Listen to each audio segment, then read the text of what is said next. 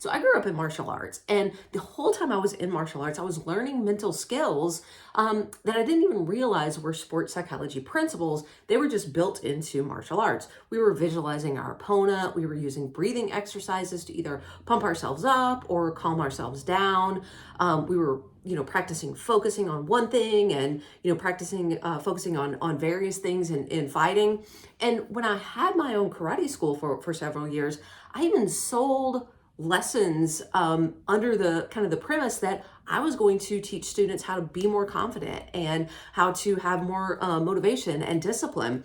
And I didn't know anything about sports psychology. I was selling what I had been taught in martial arts. Now, it turns out it worked, just like it does in a lot of sport, right? A lot of sport and performance, you actually do build your mental skills. We just don't have that scientific basis of sports psychology to go, oh yeah, that's exactly what we're doing.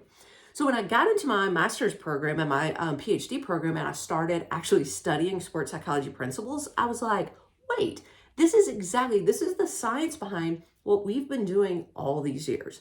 So in the, both of them are valuable, okay? Just because you're teaching something that you don't understand how it links to sports psychology, that's not necessarily a bad thing unless it's misguided.